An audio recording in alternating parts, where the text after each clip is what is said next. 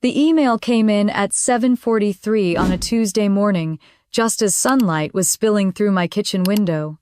I was stirring cream into my coffee when I saw the subject line, Wedding Venue Confirmation, Harrington Grand Hotel. For a second I smiled. Then I saw the name on the reservation, Grace Moore, my sister. The same sister who'd laughed when I told her I'd booked that very venue 6 months ago. The same one who'd said, "It's too expensive for you anyway, hon. Maybe stick to something smaller, more realistic." I reread the email 3 times, certain it was a mistake. But there it was, the deposit, the date, the signature. She'd copied my entire plan down to the day, even the ballroom I'd spent months fighting to reserve. My hand shook as I set the mug down. Coffee splashed across the counter, dark and bitter. Somewhere in the distance, a neighbor's dog barked, and the sound felt sharper than usual. The room tilted just slightly, and I thought she really did it. I called her before I could think. "Grace," I said when she picked up, her voice breathless, cheerful. "Hey, I was just about to call you," she said. "You won't believe it, I got the Harrington." I took a slow breath. "Yeah," I said. "I saw." There was a pause. "Oh," she said, realizing. "Listen, don't be mad. They said your deposit was still pending, so technically it wasn't locked in." "Pending?" I asked quietly. "You mean the deposit I sent 6 months ago?" She laughed, the same airy dismissive sound she used when we were kids. "Oh, come on, hon. It's not like you own the place. And besides, we're family. I'm sure you'll find somewhere else. You always land on your feet." My jaw clenched. Grace, that venue was my dream. I spent months planning. "Don't start, okay?" She cut me off, her tone sharp now. "You're overreacting. It's just a building." For a moment I couldn't speak. Then I said softly, "You knew. You knew it was mine." She sighed, tired and theatrical. "God, you're being so dramatic." "You're engaged. I'm engaged. Why can't we both be happy?" "Because happiness doesn't usually come from stealing someone else's," I wanted to say. Instead, I said nothing. She filled the silence easily. "Anyway, I invited Mom to tour it with me this afternoon. You should come, maybe it'll help you move on." Move on. When the call ended, I stood in the middle of my kitchen staring at the quiet hum of the refrigerator. I'd never noticed how small my apartment felt until that moment. On the counter sat the wedding binder. I'd built photos of floral arches, gold accents, the map of the ballroom layout I'd obsessed over. I closed it slowly, pressing down until the pages bent under my palm. I told myself to breathe, to be reasonable. People made mistakes. Maybe she didn't mean it the way it looked. But deep down, I knew Grace never did anything without calculation. She'd been doing this since we were kids, taking the last cookie, the front seat, the spotlight. I used to tell myself she didn't mean to, that it was just her nature to take up space. But maybe some people just never learn to leave room for anyone else. That afternoon, I drove past the Harrington Grand. The building glittered against the skyline, its white stone gleaming under the spring Sunday. I parked across the street and watched through the glass doors as Grace walked an arm hooked through Mom's. Mom was glowing, camera phone out, snapping pictures like her daughter had just bought the place. I stayed in the car, my fingers gripping the steering wheel so tight my knuckles turned white. When they came back out, Mom was still laughing. Grace tossed her hair, looked radiant, triumphant. She spotted my car then, just for a second. Our eyes met. She waved like nothing was wrong. Like this was normal. Like stealing was just another form of love. That night, Mom called. "Sweetheart," she began in that soft, careful tone she used whenever she thought I was about to cry. "I heard about the venue. Grace told me she felt terrible." "Did she?" I asked. "She really didn't mean for it to upset you. She just acted fast. She's always been impulsive." "Mom, I booked that place 6 months ago. She knew." "Honey, she's under a lot of stress. The wedding's coming up, and mine was coming up too." There was a pause. I could picture her frowning lips, pursed the way they always were when she wished I'd just stay quiet. "You know how Grace is," she said finally. "It's better not to cause a scene." "Cause a scene?" I laughed softly. "She took my wedding venue, Mom." Her voice hardened. You're making this into something bigger than it needs to be. Maybe it's time you stop competing with your sister. She's always looked up to you, but you push her away. That was the moment I realized she'd already picked a side. Maybe she always had. After she hung up, I sat there in the dark staring at my reflection in the window. For 34 years, I'd been told to be the bigger person, the calmer one, the quieter one. But all that ever did was make me smaller. The next morning, I went through my folders and contracts. Every document, every receipt tied to the Harringtons still in my name. Every payment traceable to me. Grace had taken the stage, but I still owned the lights. I stared at the stack of paperwork and felt something shift inside me. A stillness that wasn't peace but clarity. They called me dramatic, bitter, overreactive. Maybe this time they'd call me something else. I closed, my laptop poured a new cup of coffee, and whispered to the empty room. Let's see how perfect she looks without the flowers. It wasn't rage. I felt it was balance. Cold, quiet, deliberate balance. And for the first time in years, I wasn't the one being erased. I was the one holding the pen. 3 days passed before Grace's name stopped showing up in every group chat. My phone buzzed nonstop, mom, sending dress photos, bridesmaids, gushing about fittings, everyone pretending this wasn't built on theft. I muted the notifications and sat in my studio, staring at a half-finished photo shoot on my computer. My cursor hovered over a wedding image, a bride smiling beneath a canopy of light. And for the first time, the picture didn't look romantic. It looked staged, fragile, like a lie frozen mid-laugh. Tessa showed up around noon carrying bagels and an expression that said she'd already heard the gossip. You look like someone just told you Christmas was canceled, she said, dropping her purse on my counter. I gestured to the laptop. My sister stole my wedding. Tessa blinked. Okay, you're gonna need to start from the beginning. I told her everything, the email, the call, the to her mom's defense. When I finished, she whistled low. Wow, that's impressively evil. Or predictable, I said. She leaned against the counter, tearing a piece of bagel. So what's the plan? You gonna confront her lawyer up? Or maybe show up in a red dress on her big day and toast to poetic irony? I laughed, a brittle sound. No. I'm done confronting people who already decided I'm the villain. Tessa studied me for a long moment. You've got that look again. What look? The one that means you're about to do something dangerously calm. I smiled faintly. Maybe calm is overdue. That night I opened every folder connected to my wedding. The hotel contract, catering, florals, photography, live music, all in my name. Grace hadn't even bothered to change that part. She probably assumed everything would just magically switch over when she waved her credit card. I scrolled through the confirmation emails, each one marked active under Hannah Bennett. She'd taken my venue, my design, my dream day. But technically, legally, it was still mine. I clicked the first email, Harrington Grand, and hovered over cancel reservation. My finger didn't shake. One click. Then another, then another. Each confirmation tone sounded softer, sweeter, like the quiet tick of balance returning. The florist, the caterer, the string quartet gone.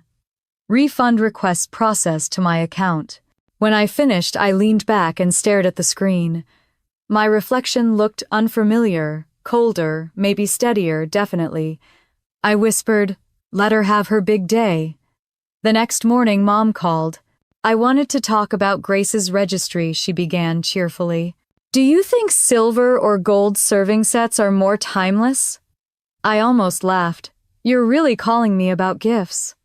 Well, you are her sister, she said, as if that explained everything.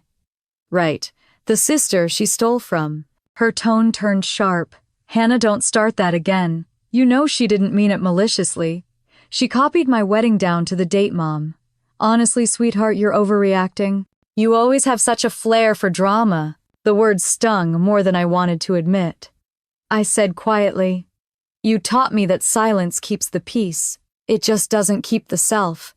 What's that supposed to mean? She snapped. It means maybe peace was never the point. I hung up before she could reply. Later that afternoon, my dad called. He didn't usually get involved. "Your mother says things are tense between you and Grace," he said. "I'd like you to smooth it over before the rehearsal dinner." "There won't be a rehearsal dinner," I said. He chuckled awkwardly. "Come on, Hannah. Don't make this harder than it is." "It's not hard," I said. "It's finished." There was a long pause. "I don't understand what that means." "You will," I said, and ended the call. That evening, the city rain came down in sheets, softening the streetlights outside my apartment. I sat by the window, coffee mug warm in my hands, and thought about how long I'd been waiting for someone to stand up for me. Parents, friends, maybe even Grace just once. It never happened. Every time I was told to be the bigger person, the rational one, the forgiving one. But maybe forgiveness wasn't the moral high ground they made it out to be. Maybe it was just another word for surrender. The next morning I woke early and opened my inbox. A dozen emails sat waiting. Confirmation receipts, refund approvals, polite thank you notes from vendors wishing me the best in my future events. I read them like a prayer. One of them included a message from the florist, an older woman named Lillian, who'd helped me pick white jasmine for the arches. "Flowers are about timing, dear," she'd written months ago. "Too early, and they fade before the moment." I read that line again now and smiled. Around lunchtime, Tessa stopped by with coffee. "You look like you didn't sleep," she said. "I didn't," I admitted. "Let me guess, you've been planning something." "Unplanning, actually." Her brow furrowed. "What do you mean I canceled everything?" She froze. "Everything. Every contract, every vendor, every reservation under my name." Her mouth opened, then closed. "Jesus, Hannah, that's extreme." I shrugged. Grace said I was bitter. Maybe she should find out what bitter really looks like. Tessa stared at me speechless for a moment, then exhaled slowly. "You know part of me wants to talk you out of it." "Then why don't you—" "Because the rest of me wants front row seats." We laughed, but underneath the humor was something else, recognition maybe, or respect. That night I couldn't sleep. I kept replaying old memories, birthday parties where Grace blew out the candles before I could, Christmas mornings when my gifts were forgotten, moments where I learned to smile through being second. Every memory had the same lesson: stay quiet, stay small. I stood by the window again, the city alive with faint sirens and neon. For the first time, I didn't feel small at all. When my phone buzzed, I didn't look right away. The screen lit up with Grace's name. My thumb hovered over ignore, but curiosity won. "Hannah," she said, breathless. "Weird question, did you do something? With the Harrington contract, I stayed quiet. They're saying they don't have an active reservation. There must be a mix-up. Did you change the payment info? Or maybe you should call their billing department," I said, my voice even. "Hannah, don't play dumb. You booked it under your name." "I did," I said. 6 months ago." There was silence on the line, followed by a hiss of disbelief. "You didn't." "I did." Why would you do something so cruel?" "You called me bitter," I said softly. "You called me dramatic. Maybe I just believed you." Grace's breath caught. "You're insane," maybe I said. But at least now I'm finally unpredictable. I hung up before she could respond. The room felt strangely still after that.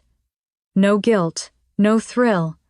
Just quiet, the kind of quiet that fills a space once lies have been vacuumed out. I walked over to my desk, turned off the lamp, and whispered, "Let her find out what happens when you take everything for granted." Outside, thunder rolled over the lake, soft and low, almost approving. When I lay down that night, I realized revenge didn't always look like fire. Sometimes it looked like water, silent, steady, eroding everything that never belonged to you in the first place. And as sleep finally came, I wasn't smiling. But I wasn't trembling either. I just felt balanced. Like justice had finally found its way home. The next morning, sunlight crawled through my blinds like it was trying to apologize for showing up. I'd barely slept. My phone buzzed every hour through the night, messages from Grace, Mom, even Dad. I didn't read a single one. When I finally checked them, they were exactly what I expected. "Grace, you've lost it. Fix this now. Mom, what have you done to your sister? She's in tears. Call me immediately. Dad, sweetheart, this isn't the way to handle things. I turned the phone face down on the table and made coffee. The steam rose slow and steady like calm in physical form. I told myself that's what I wanted, calm. Not chows, not revenge. Just silence. Around 9, Tessa showed up with her hair still damp from a shower, sunglasses pushed up on her head. So she said, shutting the door behind her, "How's it feel to drop a bomb without lifting a finger?" I snorted. Less like a bomb, more like gravity finally working. She leaned against the counter, crossing her arms. Grace called me. Of course she did. What did she say? She's panicking. Said the hotel won't confirm her booking, the florist stopped responding, and Mom's threatening to sue someone. I took a sip of coffee. Then they're having a very productive morning. Tessa laughed short and sharp. You're ice cold right now. I'm tired, Tess. I've been burning for 34 years. That shut her up. She sank into a chair, eyes softening. You know, most people would scream or post some long emotional rant on social media. I don't need an audience, I said. Just an ending. She studied me for a while. You sure you're not going to regret it? I shrugged. Regret is for people who still want something from the past. Outside, the wind picked up, rattling the windows. It sounded like applause. Later that afternoon, Dad stopped by unannounced. I opened the door to find him standing awkwardly in the hallway, holding a grocery bag like it was an olive branch. Your mother said you might not be eating properly, he said. I stepped aside, letting him in. Mom says a lot of things. He set the bag down, fruit bread milk, and exhaled. Grace is upset. I'm aware. She says you canceled everything. I canceled what was mine. He frowned, rubbing his temple. Hannah, I know you feel wronged, but this is too much. Too much, I repeated. She took my wedding, Dad. My venue, my plan, my idea, and Mom defended her. He sighed, that weary, pacifying sound I'd heard my entire life. You know how your mother gets. You could have talked to me. I did, I said quietly.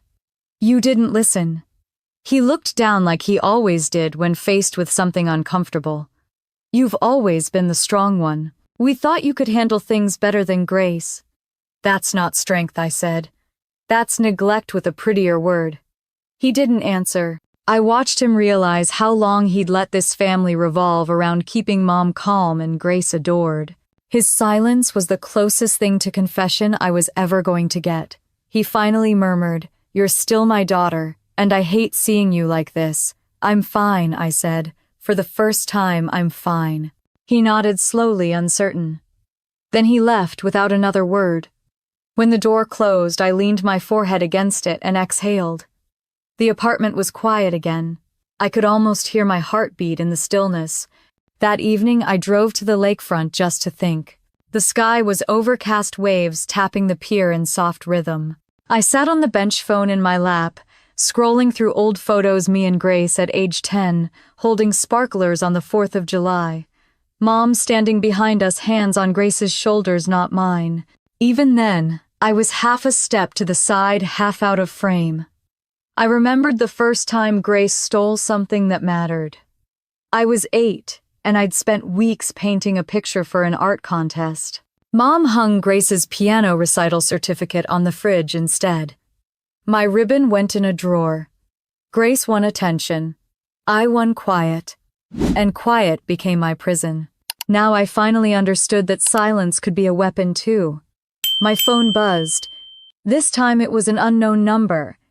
I answered out of habit. Is this Miss Bennett? The voice was polite, male, unfamiliar. Yes, this is Andrew from Lakeview Florals. I just wanted to confirm the cancellation request for the Moore wedding. There seems to be some confusion. Miss Moore is insisting the event is still on. It's not, I said evenly. If she has concerns, she can take them up with her own vendor. He hesitated. It's just, she said it was a family mix-up. She sounded distressed. I'm sure she did, I said. But my account is closed. Have a good day, Andrew. When I hung up, I stared out at the water again.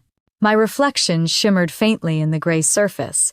I looked older somehow, but steadier. The next morning, Tessa texted me a link. Thought you should see this. It was a local gossip blog, more family wedding in jeopardy, rumors of venue cancellations spark confusion. The photo was of Grace at a dress, fitting, smiling like nothing could touch her. The article mentioned a possible administrative error. I scrolled past the comments, half pity, half schadenfreude. Then I reached one that stopped me. A sister scorned, or just finally standing up for herself. For the first time, someone seemed to understand. By late afternoon, Grace called again. I let it ring out, then Mom. Then both together on speaker, their voices overlapping in my voicemail. You need to fix this right now. You're embarrassing the family. We can't let people see this. Their panic was almost rhythmic, like the background hum of a machine finally. Realizing it was breaking, I sat at my kitchen table with a glass of wine and listened to every voicemail. Not to feel guilty, just to document the moment. The sound of control crumbling. Later that night, Tessa called. They're losing their minds, she said. I know. You're sure you're ready for the fallout? There's nothing left to fall, I said. Just masks. The following day, the rain finally stopped. I opened my curtains and let the light flood the room. It hit the wall where my old wedding board used to hang, a collage of colors and flowers and dreams I didn't recognize anymore. I'd taken it down the night I canceled everything. Now the wall was bare, and it looked perfect that way. Clean, honest. I spent the afternoon organizing my files. No drama, no regret, just sorting. When I reached the last email folder labeled Harrington Hotel, final, I hesitated. For a second, I almost deleted it. Instead, I opened it one last time. There at the bottom of the thread was the line I hadn't noticed before. The manager had written, Miss Bennett, your cancellation has been processed. Thank you for choosing the Harrington. We hope to host another event for you soon. Another event. The words lingered. Maybe not a wedding, maybe something else, something that actually belonged to me. That night, I poured another glass of wine and stood by the window looking out at the city lights. My phone buzzed again, but this time it wasn't Grace or Mom, it was Ethan, my fiancé. Hey, he said softly. You okay? I think so, I said. I heard about the mess. Yeah. He paused. Do you want me to talk to her? No, I said quickly. I don't want anyone fixing this for me. I've spent my whole life cleaning up their chaos. This one's mine. He was quiet for a long time. Then he said, You sound different. I am different. Before hanging up, he said, I just hope when it's over you still recognize yourself. After the call ended, I thought about that. About who I was before all this and whether I wanted to go back. The truth was I didn't. I turned off the lights and sat in the dark listening to the faint hum of the city outside. For years I'd been told revenge was ugly, but maybe it wasn't ugly at all. Maybe it was the first honest reflection I'd ever seen of myself. Someone who finally stopped apologizing for wanting to be treated fairly. And as the night deepened, I whispered to no one, This isn't revenge. It's remembering what I deserve. By Thursday, the city felt heavier. The air, the sky, even the noise, all of it seemed to hold its breath. I walked to the cafe down the street, needing to get out of the apartment before I started answering calls. I'd promised myself I'd ignore. The barista greeted me with her usual tired smile, and I nodded back, pretending I wasn't the woman trending on local gossip blogs. I sat by the window, my coffee cooling, as I scrolled through the latest article. Family Feud sisters at war over luxury Chicago wedding. The photo they used wasn't recent, it was one Mom had posted years ago, me and Grace side by side at her engagement dinner. She was glowing, I was smiling, and anyone could tell which of us the camera loved more. The caption under the picture read, Sources say tensions have been brewing for years. They made it sound like a story. Maybe it was. I just never got to be the author. The bell above the door jingled. I didn't have to look up to know it was Mom. The smell of her perfume, lavender and control, always announced her before her voice did. She slid into the seat across from me without asking. Hannah, she said, adjusting her scarf. We need to talk. Do we? I asked. Her lips tightened. Don't be childish. Then don't be manipulative. Her eyes narrowed. I raised you better than this. No, I said. You raised me to stay quiet while Grace got whatever she wanted. Grace never wanted to hurt you. Intent doesn't erase impact, I said softly. She took my venue. You defended her. Mom sighed like I was the one exhausting her. You've always been sensitive. I laughed. Sensitive? That's your favorite word for inconvenient. Enough, she snapped. You will call the Harrington and fix this mess before the wedding. Do you understand me?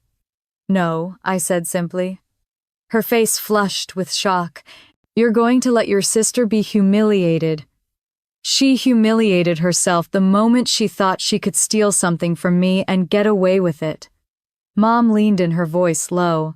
I don't know what's gotten into you lately, but this isn't you. I held her gaze. Maybe you never knew me. For a second she didn't have an answer. Then she stood smoothing her coat, her tone cold and rehearsed. You've made your choice. Don't expect sympathy when you regret it. I won't, I said. She left without looking back, her heels clacking sharp against the tile. The smell of her perfume lingered long after she was gone, like the ghost of every conversation we never really had. When I got home, the apartment felt smaller. I sat at my desk and opened my laptop, needing a distraction. The cursor blinked in an empty document for a long time before I typed. The truth is simple. No one notices the quiet girl until she stops being quiet. I didn't know why I wrote it, maybe because it felt like proof that I still existed. That under all the headlines and drama, I was still here, thinking, feeling, remembering. Later that night, my phone buzzed. This time it was Dad. Your mother's upset, he said, voice cautious. She's always upset, I said. She thinks you're making a mistake. Funny, I said. She didn't think it was a mistake when Grace took my wedding. He sighed. Can't you two find a middle ground? There's no middle ground between theft and self-respect. Silence filled the line. Your sister's just insecure, he said finally. She's cruel, I corrected. Hannah, he said softly, you sound angry. I am angry, I said. But for once, it's clean. It doesn't burn anymore. When we hung up, I stared at the dark window, my reflection faint against the city lights. Maybe this was what freedom looked like, lonely, quiet, but mine. The next morning, I woke to a text from Tessa. Grace just posted a story countdown to the wedding. She looks smug as hell. I opened Instagram. There she was in a white silk robe, champagne flute in hand, surrounded by bridesmaids. The caption read, 10 days until the happiest day of my life. I stared at her smile for a long time. It wasn't joy. It was performance. I recognized it because I'd worn that same expression for years, pretending everything was fine. Later that day, Ethan came over after work. He dropped his camera bag by the door and studied me for a moment. You okay? I've been better, I said. He nodded slowly.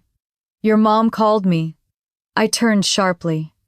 What she said you need intervention. I laughed sharp, humorless. Of course she did. Ethan walked closer, his voice gentle. I told her you don't need saving. That softened me. Thank you. He sat beside me on the couch. You've been through hell, Han. I just don't want you to drown in it. I'm not drowning, I said. I'm learning to breathe underwater. He exhaled, half smiling. That's not exactly comforting. It's not meant to be, I said. Comfort's what got me stuck in the first place. We sat in silence for a while, the only sound the hum of the fridge. Finally, he said, Do you still want to marry me? The question caught me off guard. I turned to look at him. Why would you ask that? Because the wedding was supposed to be about us, he said. And somewhere along the way, it turned into a war. It's still about us, I said. Just not in the way it used to be. He studied me, then nodded. Then tell me when it's over. I'll still be here. When he left, I walked to the window. The city below looked like 1,000 tiny sparks pretending to be stars. I wondered if any of them burned for me. That night I dreamed of the Harrington ballroom, empty echoes bouncing off marble walls. The chandeliers swayed gently above, catching light that wasn't there. And in the dream, Grace stood at the center calling my name, but no sound came out. When I woke, the sky was pale gray, the kind of morning that promised rain. I got out of bed, pulled my hair into a bun, and made a list. Not a to-do list, a reminder list. 1. I don't owe anyone an explanation. 2. Silence is not weakness. 3. Family doesn't mean ownership. I folded the paper, tucked it into my wallet, and felt something I hadn't felt in a long time: clarity. Around noon, Tessa texted again. Grace's wedding planner just followed me on Instagram. Weird, right? Not weird, I typed back. Strategic. Grace was planning optics now. She'd always been good at playing the part. But every performance ends the same way: silence after applause. I looked at my calendar. 10 days left. 10 days until the Harrington was supposed to be filled with flowers, music, and champagne. 10 days until every lie she told would meet the truth she ignored. I closed my laptop and whispered, "Let the countdown begin." For the first time, the thought didn't hurt. It steadied me, because somewhere deep down I knew the truth. What was coming wasn't revenge anymore. It was revelation. The days leading up to Grace's wedding felt like a countdown to a storm only I could hear. Everyone else seemed busy, celebrating, posting pictures, pretending nothing was wrong. I didn't check social media, but Tessa did. She sent screenshots with captions like "final fitting done" and "family brunch" before the big day. I barely recognized the woman in those photos. Grace looked polished, flawless, every hair in place, every smile rehearsed. Mom stood beside her in nearly every shot, glowing with pride. No trace of guilt, no hint of what they'd done. It almost impressed me how well they'd built their illusion. By Friday morning, I was exhausted from pretending I didn't care. Ethan stopped by with breakfast, balancing 2 coffees and a brown paper bag. "You've been quiet," he said, watching me from across the table. "I'm tired," I said. "From what? You've barely left this apartment." "From everything," I answered. "From being the reasonable one, the one who forgives." He leaned forward. "You know it's okay if part of you wanted this." "The payback, I mean." I looked at him. "I don't want payback. I want peace. But maybe peace looks different depending on who's holding it." He studied me, then nodded slowly. "You sound sure." "I am." He reached for my hand, his thumb brushing my skin. "Just promise me you won't lose yourself in this." "I already lost myself," I said softly. "I'm just finding her again." That night I couldn't sleep. The city outside was restless horns, rain, wind, like the noise of all the things people tried to bury. I got up, turned on my laptop, and opened the folder where all my wedding documents used to be. I'd renamed it Balance. Inside were the cancellation receipts, each one stamped confirmed. I stared at them until the lines blurred. I thought about the first time Grace took something that was mine. Not the ribbon, not the spotlight, something small but real. I was 16, she was 12. I'd spent a week baking cookies for a school fundraiser, and she'd taken them to her own event, passing them off as hers. Mom had praised her for her generosity. I hadn't said a word. It wasn't worth the fight, I told myself. But maybe every time I stayed silent, I was building the foundation for this moment. A lifetime of quiet turned into one loud act of defiance. The next morning, my phone buzzed before sunrise. It was Tessa. "You awake?" "Barely," I mumbled. "I just got a call from one of your vendors, the photographer. They said Grace's planner is trying to confirm details, but your name's still on every contract." I smiled faintly. Let her panic. Tessa hesitated. "You know this is going to explode publicly, right? She's going to make a scene. She's always been good at that. But this time everyone's watching. Then maybe it's about time they saw the truth." After the call, I walked to the window. Dawn was creeping up over the skyline, soft gold bleeding into gray. Somewhere across the city, my family was waking up, rehearsing smiles for cameras, unaware that their perfect narrative had already cracked. Later that afternoon, I met Tessa at a small bar near the river. The kind of place where no one knew our names. She ordered whiskey, I stuck with coffee. "So," she said, stirring her drink, Are you going to tell Ethan not yet? He's on your side, you know. I know, I said. But this isn't about sides. It's about balance. She laughed softly. You keep saying that like it's some moral code. Maybe it is, I said. My family taught me what imbalance feels like. I'm just correcting the math. Her expression softened. I get it, I really do. I just hope this doesn't cost you more than it's worth. Some debts can't be paid any other way. When I got home, I found a voicemail from Mom. I didn't listen right away, but the curiosity won. Her voice was trembling but steady. Hannah, this has gone too far. Grace is falling apart. The hotel says everything was canceled under your name and they refuse to speak to her. If this is your doing, you need to fix it before she's humiliated. Do you really want your sister to suffer like this? I replayed the message twice. Then I deleted it. That evening, Dad called. Your mother's upset, he said, his tone careful. Grace is saying you're behind the cancellations. I am, I said. He went silent. You're admitting it, I'm not hiding anymore, Dad. He sighed, the sound of defeat. You've made your point. I haven't, I said. Not yet. Hannah, she's your sister. Exactly, I said. And I've spent my whole life being hers. Just once I'd like to be mine. When the call ended, I sat in the dark, letting the quiet fill the room. I wasn't angry anymore. I wasn't even satisfied. What I felt was something colder, cleaner clarity. The next morning, I went for a walk by the lake. The water was still glassy, reflecting the early light. I thought about how much time I'd wasted trying to earn approval from people who'd already decided I wasn't enough. Grace didn't steal a venue. She stole years of peace I'd tried to build for myself. Taking it back wasn't cruelty, it was self-defense. By the time I got home, my phone was buzzing again. A new message from Grace. You win. The Harrington dropped us. The florist, too. You've destroyed everything. Hope you're happy. I stared at the words, then set the phone down. I wasn't happy, but I wasn't broken either. That night, Ethan came by again. He watched me as I cooked quiet, his expression unreadable. Finally, he said, Your mom called me again. Let me guess, she said, I've lost my mind. Something like that. I turned off the stove. And what did you tell her, that maybe you finally found it? I smiled. You always know how to say the right thing. He walked up behind me, resting his hands on my shoulders. You sure this is what you want? I'm sure. Even if it means losing them, I already did, I said. He didn't argue. He just kissed the top of my head and whispered, Then I'll be here when the dust settles. After he left, I stood by the window again, watching the streetlights flicker. Across the city, Grace was probably screaming, crying, demanding answers.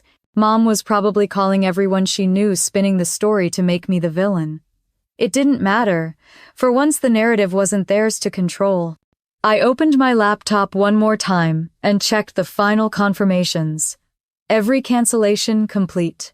Every refund processed. Every tie severed.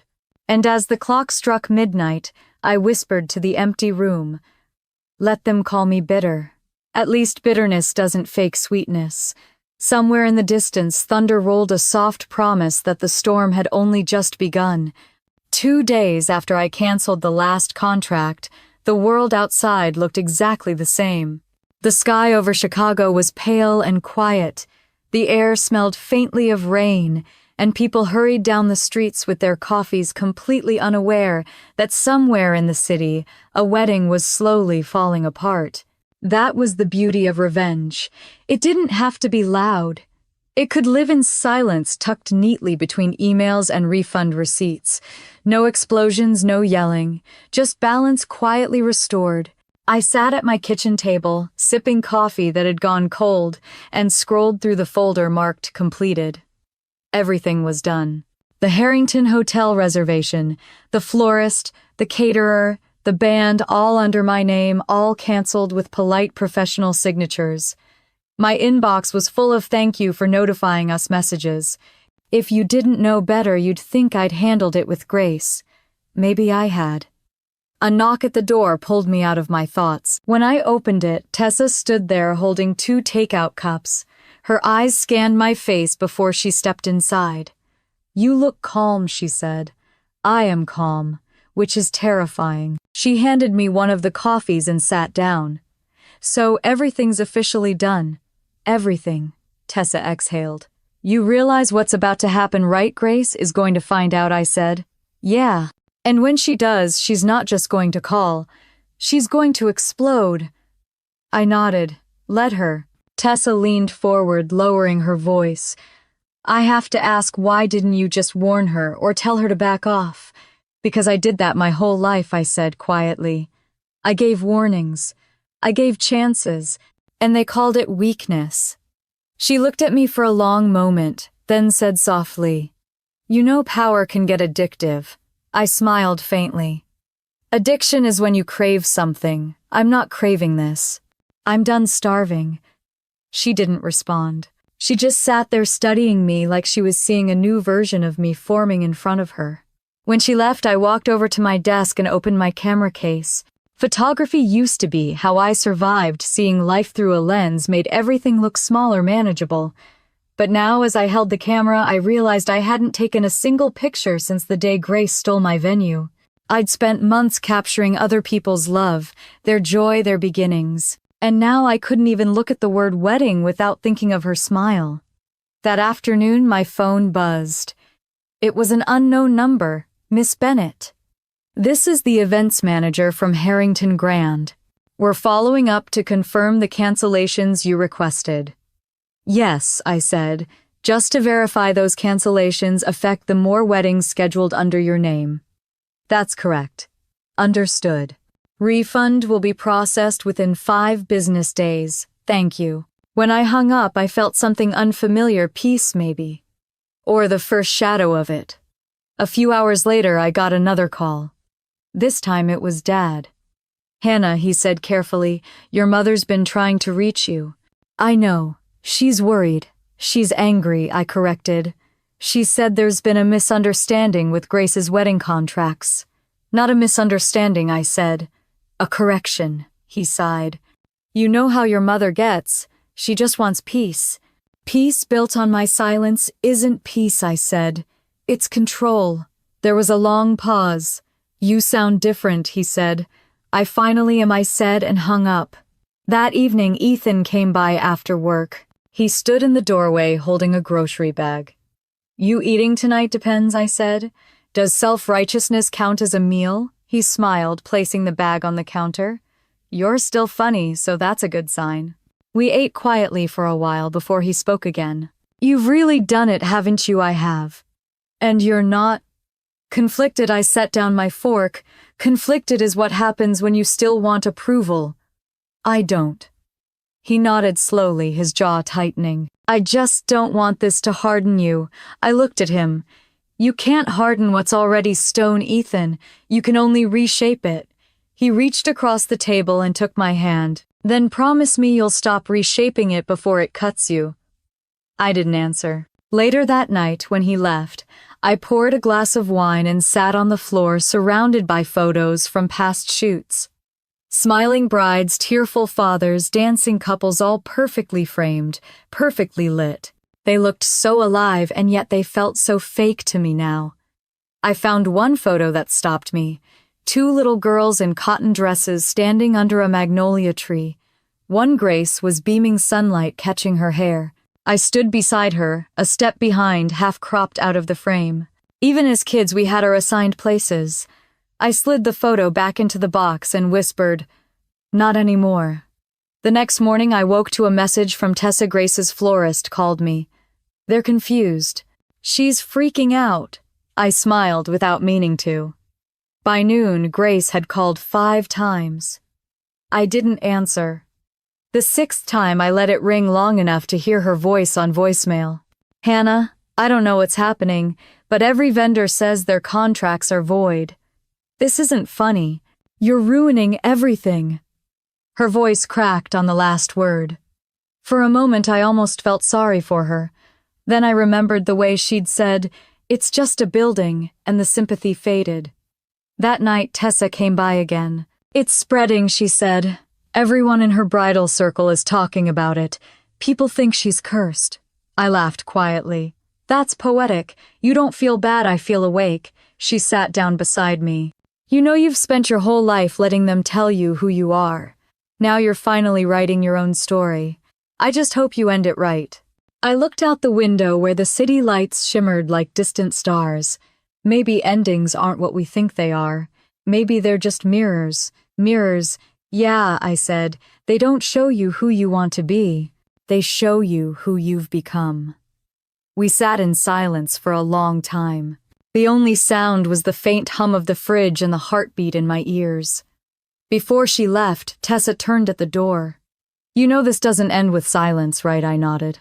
I know, but it starts with it. After she was gone, I stood by the window again watching the rain hit the glass. My phone buzzed one more time, a message from Grace. I hope you're proud of yourself. You always were jealous.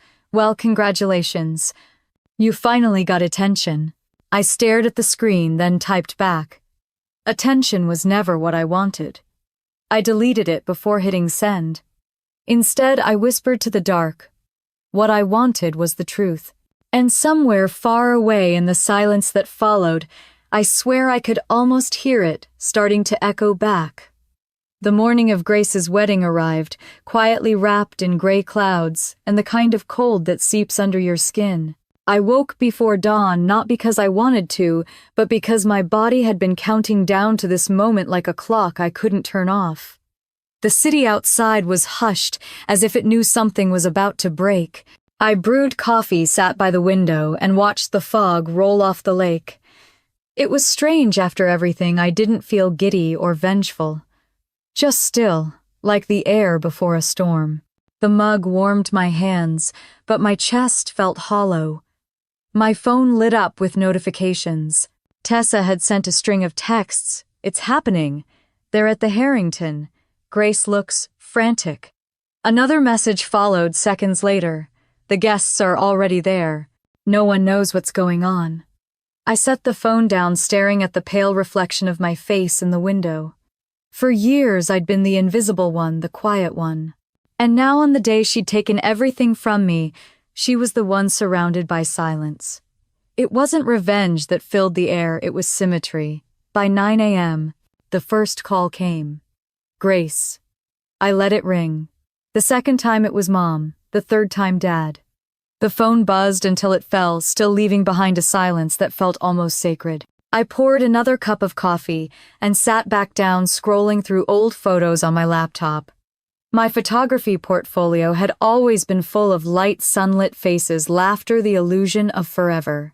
I opened a file labeled personal and found a single photo, Grace and me, standing in our parents' backyard at her engagement party.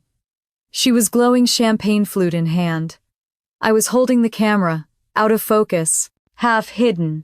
Now I wondered if that had always been the metaphor.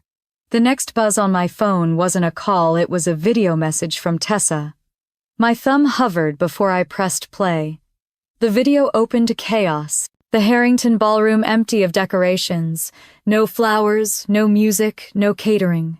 Just rows of confused guests shifting uncomfortably under crystal chandeliers. Grace stood in the middle of the room, her white dress bright against the dull marble, shouting at someone off camera. Tessa's voice whispered from behind the camera, "They're saying the venue was canceled weeks ago, under your name." I paused the video. For a second, my throat tightened. Not from guilt, something else. The ache of recognition. I'd spent years being erased from family pictures, and now I'd erased myself from theirs entirely. I set the phone down, leaning back into the couch, listening to the faint hum of the refrigerator. Somewhere in the distance, church bells rang for another wedding. Someone else's beginning. When the phone rang again, I answered. Hannah Grace's voice was raw, shrill.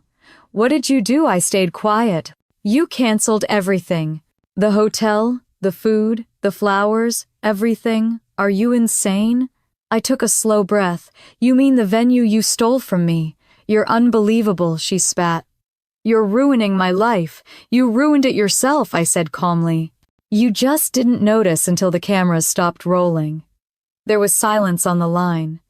I could hear muffled voices in the background, the murmur of confusion, the scraping of chairs. "People are laughing at me," she whispered finally. "Mom's crying. Dad's furious. Is that what you wanted?" What I wanted, I said softly, was for someone to finally understand what it feels like to be invisible. You're sick, she hissed. No, I said. I'm awake. The line went dead. For a long time I sat in silence. My heart wasn't racing. My hands weren't shaking. I'd expected the moment to feel bigger, to burn brighter, but it didn't. It felt simple, clean, like setting down a weight I didn't know I'd been carrying. By noon, the internet had started to whisper. A few guests had already posted about the disaster wedding at the Harrington Grand. One tweet read bride left standing in empty ballroom after last-minute cancellation. Another said rumor is the sister pulled the plug. Family feud much. The irony wasn't lost on me. For years, I'd been background noise in my family's narrative. Now, suddenly, I was the headline. Tessa called again around 1. It's everywhere, she said. People are live streaming. Grace is having a meltdown, I sighed. Of course she is. You okay? Yeah, I said. I think I am. She hesitated. Do you want me to come over? No, I said. I think I need to sit with this, alone. All right, she said softly. Call me if you change your mind. After I hung up, I walked to my studio. The floor was scattered with old Prince portraits, landscapes, moments that once mattered. I picked up my camera, dusted off the lens, and turned it toward the window. Outside, the fog had lifted. The light caught on the edges of the glass, soft and golden. I raised the camera and clicked the shutter. The sound echoed through the quiet room. For once, the frame held only me. By evening, my voicemail was full. Mom's messages came first, half anger, half heartbreak. You've gone too far, Hannah. You've embarrassed this family. You've destroyed your sister's happiness. Dad's voice followed, tired and small. I don't know how to fix this. Your mother's hysterical. Grace won't stop crying. Please call me. And then, one from Grace again, her voice cracking. You've proven your point. Are you happy now I deleted them all? That night, Ethan showed up unannounced. He didn't knock, just let himself in with the spare key. When I turned, he was standing there still in his work clothes, his tie loosened, his eyes unreadable. I saw the video, he said. Of course you did, I replied. He took a few steps closer. You really did it. Yes. He rubbed the back of his neck. I don't know if I should be impressed or terrified. Maybe both. He exhaled, leaning against the counter. You could have told me. I didn't want you to stop me. I wouldn't have, he said quietly. But I would have stood next to you when it happened. I looked at him, unsure what to say. You think this is the end, he asked. No, I said. It's the beginning of the silence they forced me to live in. Now they get to hear how loud it really is. He smiled faintly. You've changed. I've just stopped apologizing. He stepped forward, brushing a stray strand of hair from my face. I just hope this version of you still remembers what softness feels like. I do, I said. That's why I didn't show up to watch it happen. He nodded. That's mercy, Hannah, even if you don't call it that. When he left, the apartment felt strangely light. I walked to the balcony, the night air cool against my skin. Somewhere downtown, the Harrington's chandeliers were probably still glowing empty. I closed my eyes and let the wind tangle through my hair.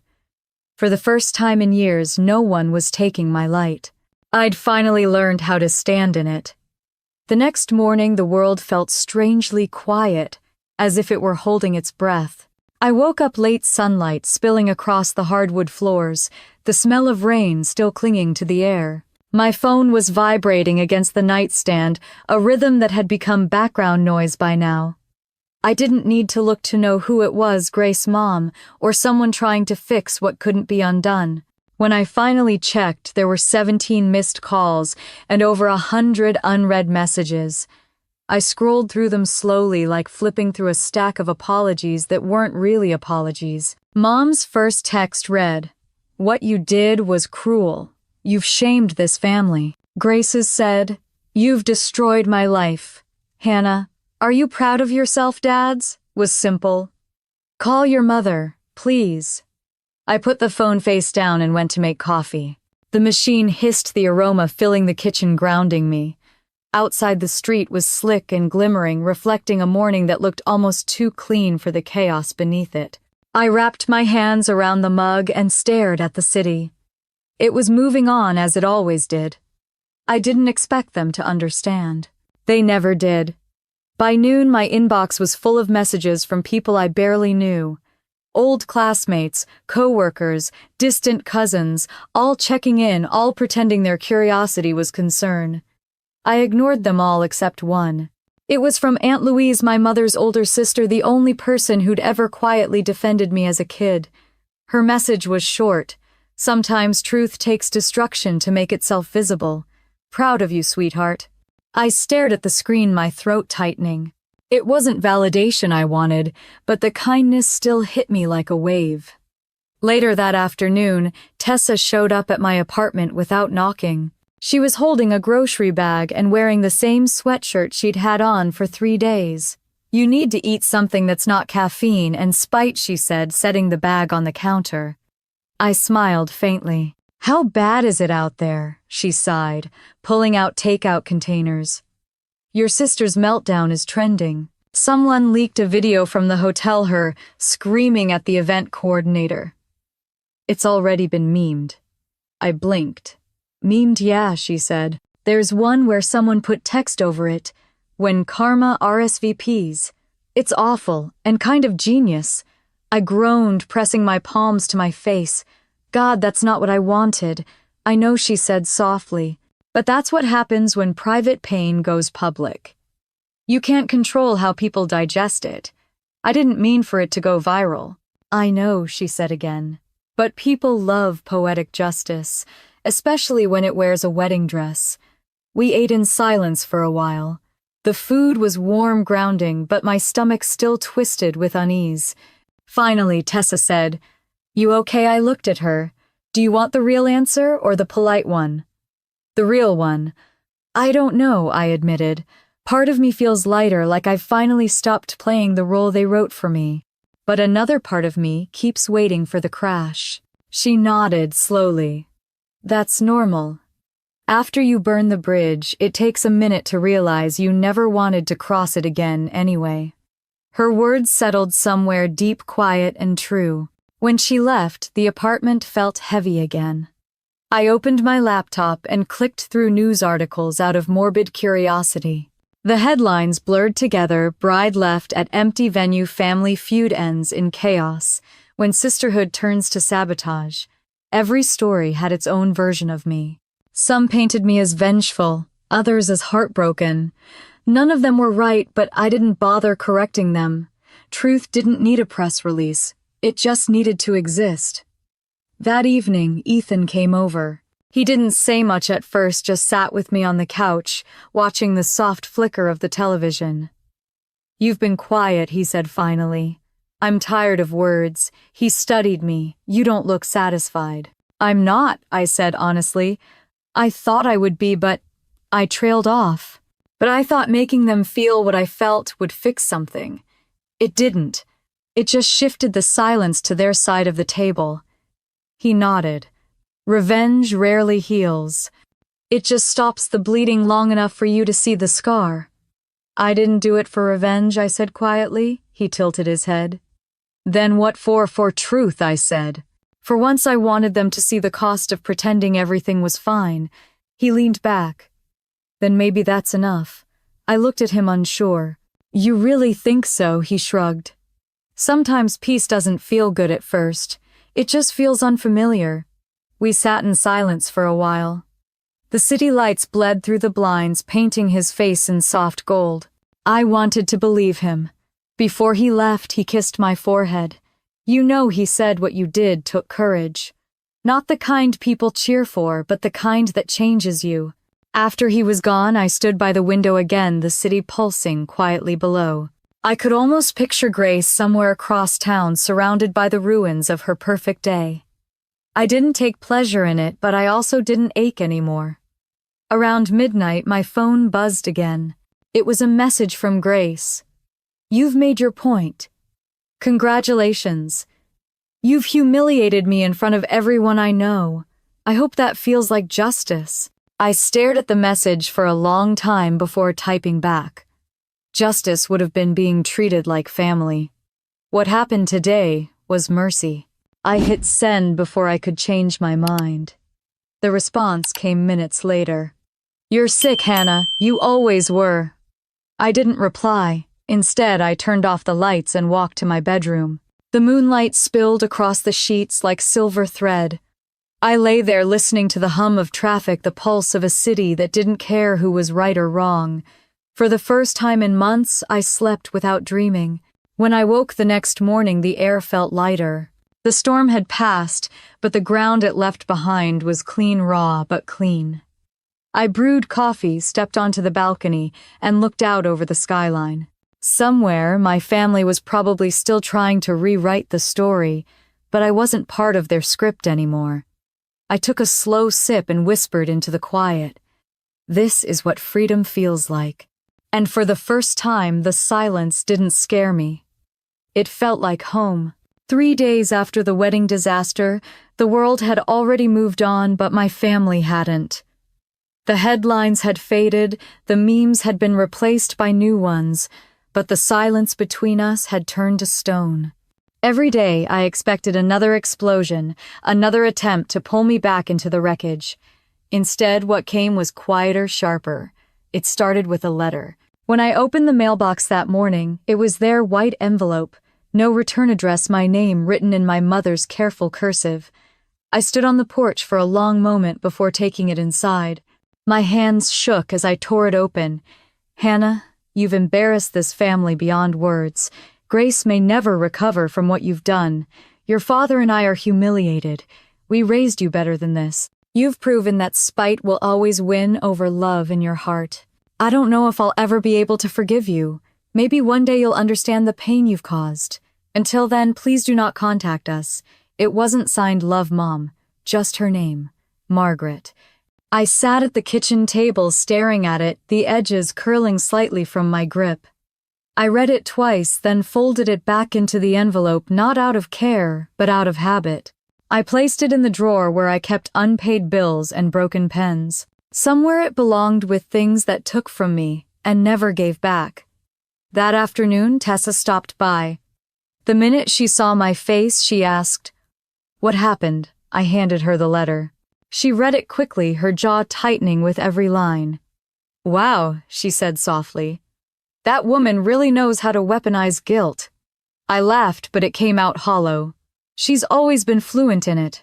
Tessa folded the paper, carefully slid it back across the table. "You don't have to let this in." "I already did," I said. "I just decided not to build a room for it." She smiled faintly.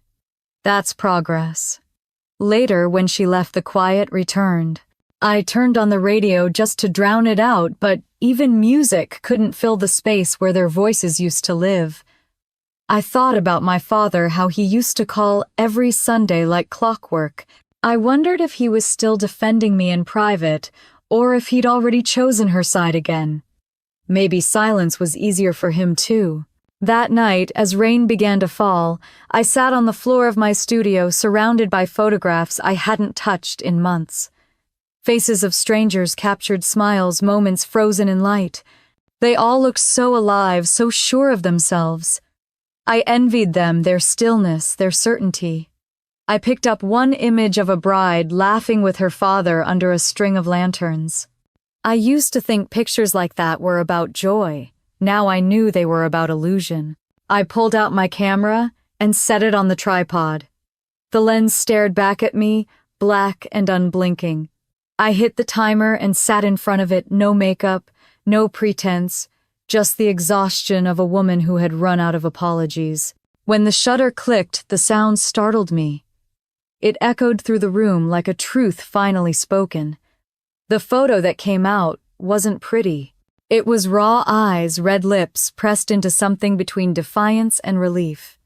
But it was real. The next day, I sent it to Maria, an old photographer friend I hadn't spoken to in years.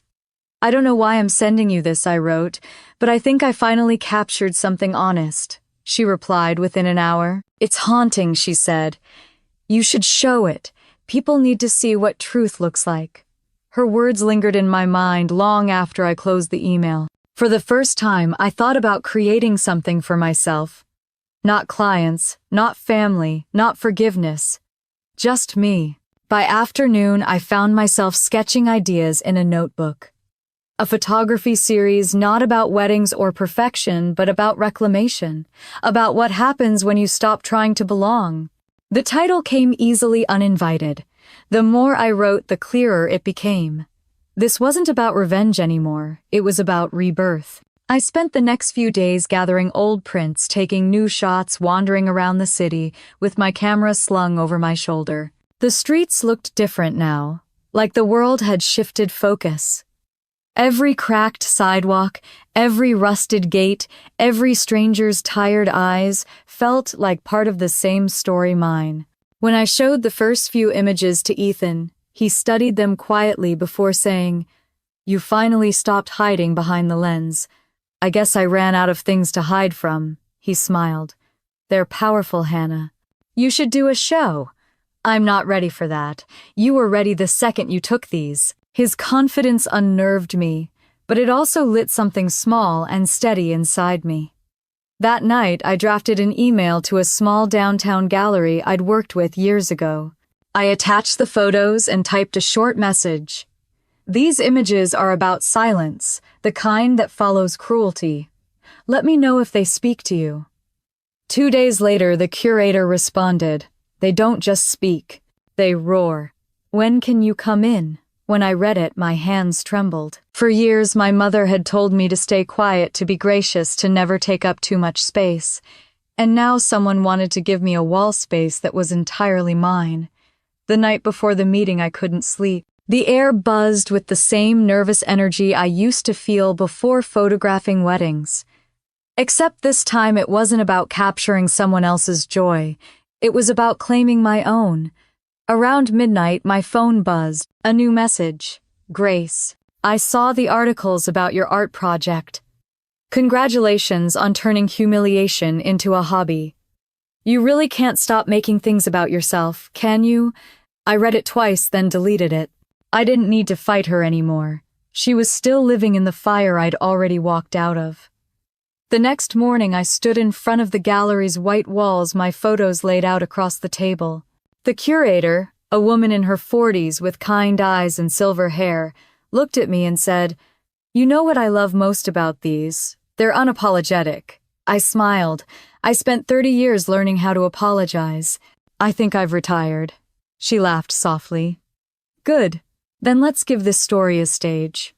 When I left the gallery, the sun was high, the air clean. I walked slowly, feeling the warmth on my skin, the kind I used to shy away from. My phone buzzed again, this time a text from Tessa. "You okay?" I typed back, "Better than okay. I think I'm starting over."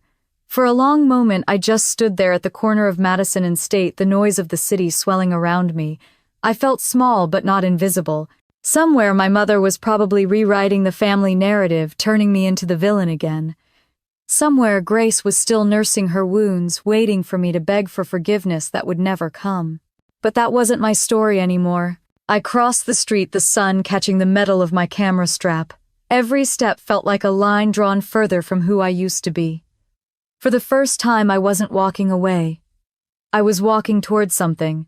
Something honest. Something mine. The gallery smelled faintly of paint and old wood when I stepped inside for the setup. Rows of white walls stood waiting, blank and echoing like a confession booth. My photos leaned against them, raw faces, empty rooms, the quiet aftermath of chaos. Each one told a piece of my story, though I hadn't planned it that way. Maria, the curator, moved around briskly with a clipboard. "You sure about the title?" she asked. "Uninvited is bold. It's honest," I said. She smiled. "Then let's hang it that way, honest." As the installation took shape, I stood back and watched my past turn into art. There was the self-portrait from the night of Grace's wedding, my eyes swollen but steady. There was the shot of the empty church I'd photographed, weeks later, pews soaked in dust and sunlight. There was the photo of the broken coffee mug I'd dropped the morning my mother disinvited me from Olivia's ceremony. Each one was a chapter frozen in light. Maria came to stand beside me. "You know," she said softly, "it's not revenge that makes this powerful. It's the truth you didn't hide." I nodded. "I think I'm done hiding." The opening night was scheduled for Friday. I didn't tell my family. I didn't send invitations. I didn't post it online. I wanted to see what happened when art had no agenda, no audience I needed to prove anything to. On Thursday night, as I sat at my kitchen table reviewing the final layout, my phone buzzed again. "Grace, you can stop pretending you're some kind of victim now. Everyone knows what you did. Mom says you should apologize before it's too late." I stared at the message, sipping my tea until it went cold. Then I typed back, "I already apologized. Just not to you." I didn't wait for a reply. The next morning, the gallery buzzed with soft chatter and the sound of shuffling feet. People I didn't know drifted through the space, pausing at each photo, whispering to each other. Some smiled sadly, others stood frozen. Watching them was strange, like seeing people read pages of a diary I'd finally stopped locking. A middle-aged woman in a floral scarf approached me. "You took these?" she asked. "Yes. They're painful," she said. "But beautiful. Pain can be beautiful when it stops hiding," I said. She nodded slowly, her eyes glistening. "I know what it feels like to be uninvited," she said, almost in a whisper. Then she walked away. For the rest of the evening, people kept sharing small pieces of themselves, snippets of loss, estrangement, betrayal, rebirth. It was humbling. For the first time in my life, being seen didn't feel dangerous. Halfway through the event, Maria rushed over. "There's someone here asking for you," she said. "Older woman. Says she's your mother." My stomach dropped. I hadn't expected her to show up. When I turned, she was standing by the far wall, dressed in her usual perfection, beige coat, pearl earrings, composure sculpted like marble. Her eyes scanned the photos around her, her jaw tightening slightly, each time she recognized a memory. I walked toward her slowly. "Mom." She turned her face unreadable.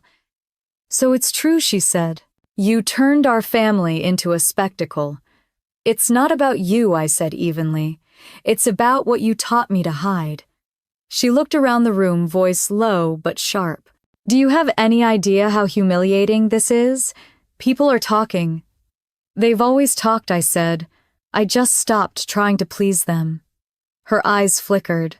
For the first time, I saw something like uncertainty cross her face. "You think this makes you strong. It makes you cruel." "Maybe," I said, "but at least I'm not silent." For a moment, neither of us spoke.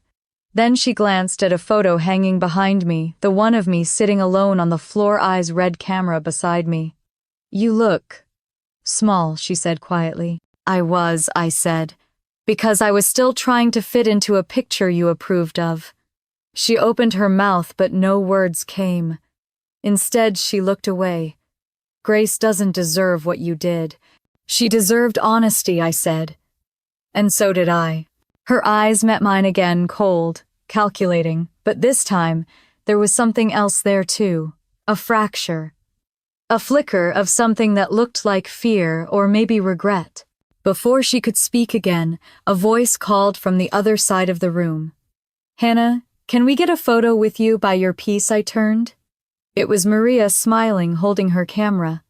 I nodded, then looked back at my mother. "You don't have to understand it," I said. "You just have to let it exist." She didn't answer. She just stood there, staring at the walls, surrounded by truths she couldn't rearrange. When the flash went off, I smiled. Not the polite kind I used to wear at family dinners, but something smaller, steadier mine. By the time I turned back, she was gone. That night after the gallery closed, Maria handed me a glass of champagne. "To starting over," she said. I raised my glass. To no longer waiting for permission. The next morning, I found a voicemail from my father. His voice was soft, almost hesitant. "I saw the photos online. They're beautiful, Hannah. Your mother's upset, but I think she needed to see them. I'm proud of you. Call me when you can." I listened to it twice before deleting it. Some words were better remembered as echoes. Later that week, Maria called. "You won't believe this," she said. "A magazine wants to feature your exhibit.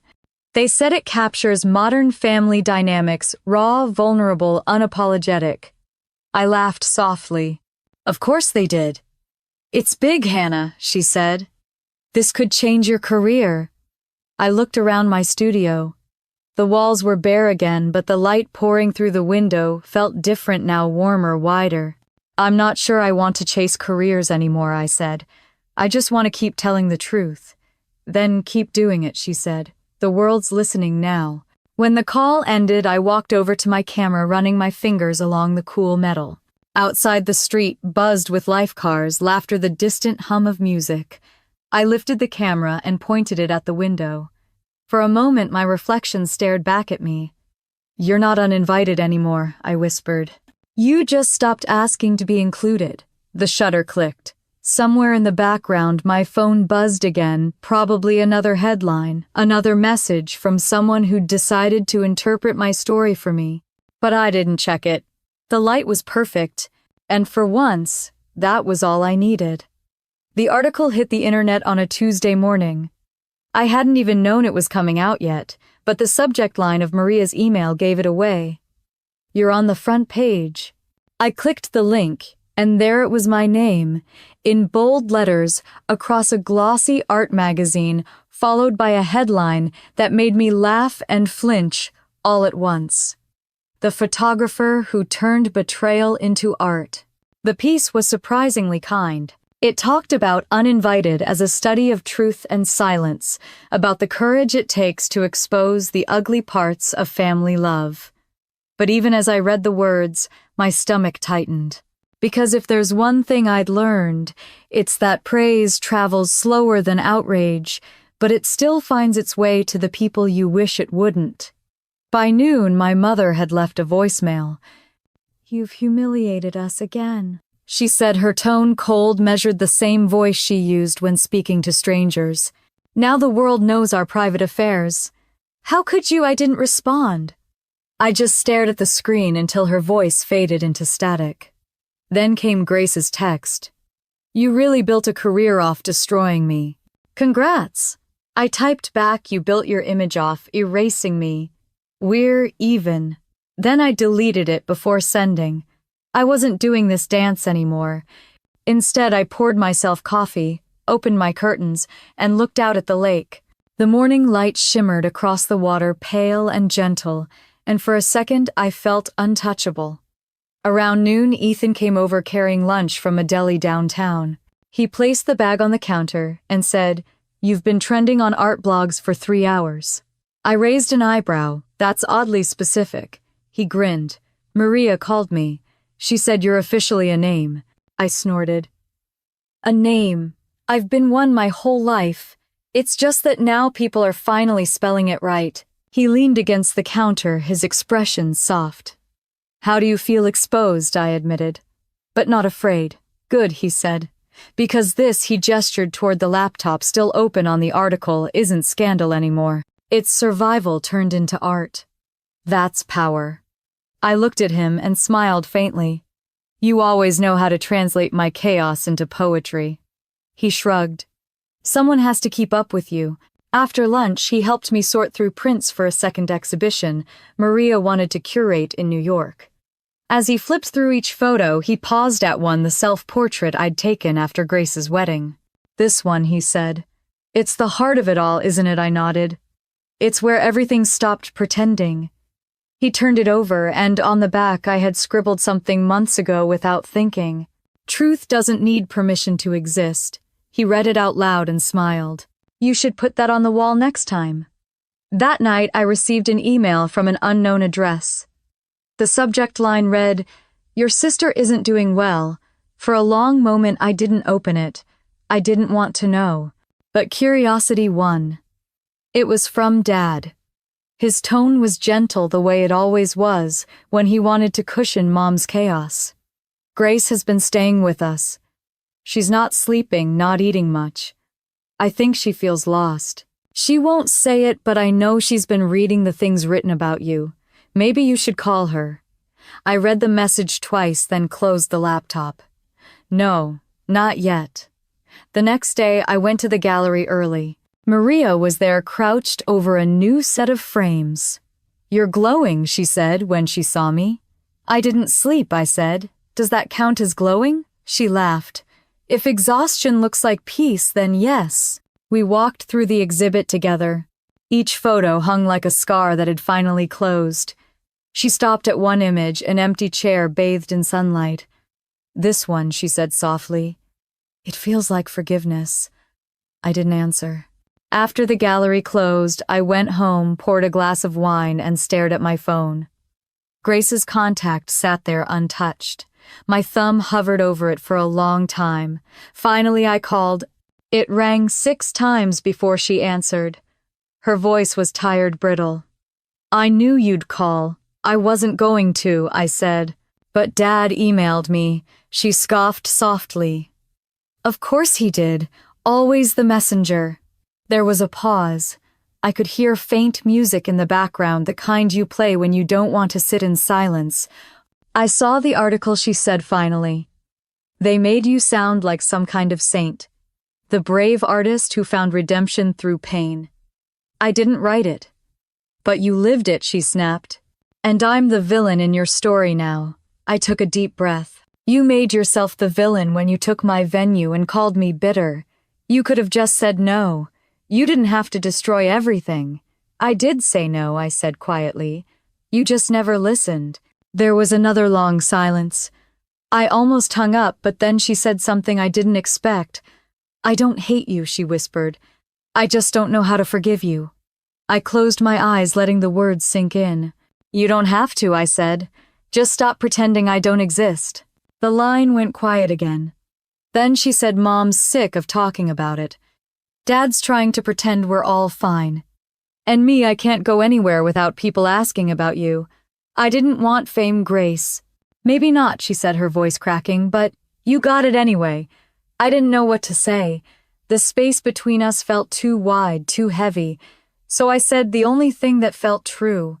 We were both raised to compete for love that was never freely given. I stopped playing. You can too. For a moment, I thought she might hang up. But then she said, "I don't know who I am without it." "Then find out," I said softly.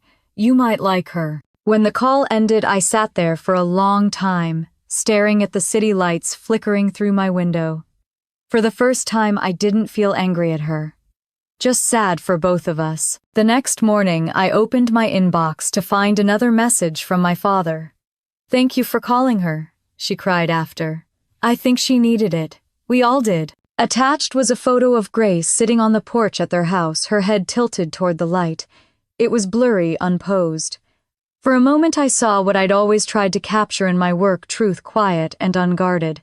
I closed the email and smiled faintly. Later that afternoon, Ethan came over with flowers. "For the famous artist," he said, setting them down. "I don't think I'm famous," I said. "You are to the right people," he replied. We sat by the window watching the sunset turn the lake gold. He turned to me, eyes soft. "So what's next?" I exhaled. "I don't know. Maybe a new series.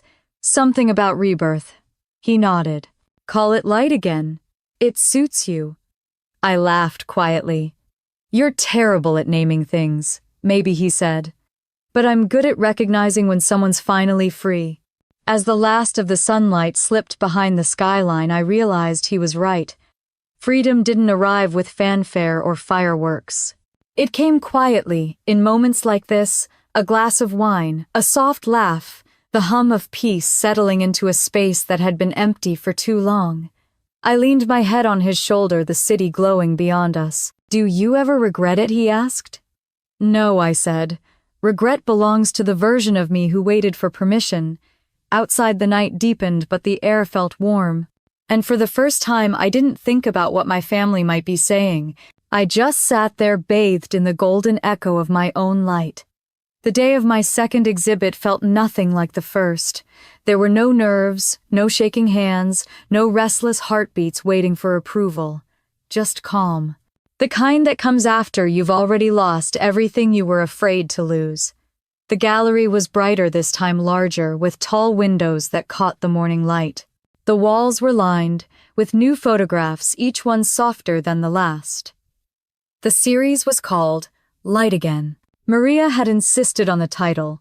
"It's who you are now," she said as she pinned the final label beside a frame. "You took pain and turned it into proof."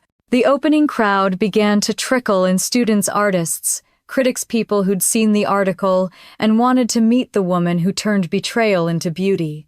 But the truth was, the story wasn't about betrayal anymore. It was about release. I stood near the entrance, greeting guests as they passed. Some stopped to talk, some cried, some just nodded quietly and moved on. There was something sacred about watching strangers find themselves in your pain. By noon I saw him, my father, standing at the doorway.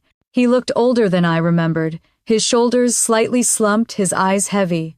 For a moment, I froze. Then he smiled, small, uncertain, and walked toward me. "Dad," I said softly. "You didn't think I'd miss this, did you?" I smiled faintly. "I wasn't sure you'd come." "Your mother didn't want me to," he admitted. "But sometimes you have to pick peace, not the person." I exhaled slowly. "Thank you for coming." He looked around the gallery, taking in the photographs. "They're honest," he said finally. "Your mother wouldn't understand them.